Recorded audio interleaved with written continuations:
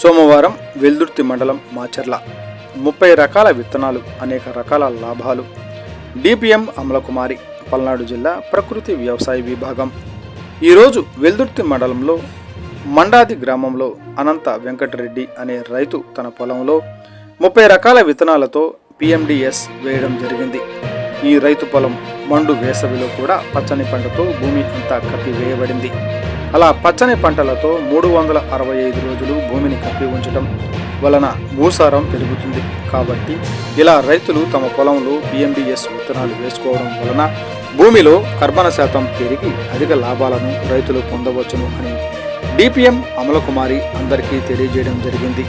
అలాగే వ్యవసాయ శాఖ వారు వారి పరిధిలో ఉన్న రైతులకు ప్రకృతి వ్యవసాయం గురించి వివరించాలని, రైతులందరికీ పిఎండిఎస్ గురించి తెలియచేసి రైతులు వారి పొలాల్లో ప్రతి ఒక్కరూ పిఎండిఎస్ వేసుకునే విధంగా అవగాహన కల్పించాలని తెలియచేశారు. ఈ కార్యక్రమంలో additional DPM Premraj, NFM Mary, ఎంటి వినోద, ప్రకృతి వ్యవసాయ సిబ్బంది పాల్గొనడం జరిగింది. మనం వాడుకోవచ్చు. పశువులకు కూడా మేత బాగా చాలా పచ్చిగడ్డి బియ్యం వల్ల మనకి పాల దిగుబడి పెరుగుతుంది. అంతేకాకుండా పాలలో వెన్న శాతం కూడా పెరుగుతుంది. మరి నేలకి ఆరోగ్యము, నేలలో సూక్ష్మజీవులు బాగా అభివృద్ధి చెందుతాయి.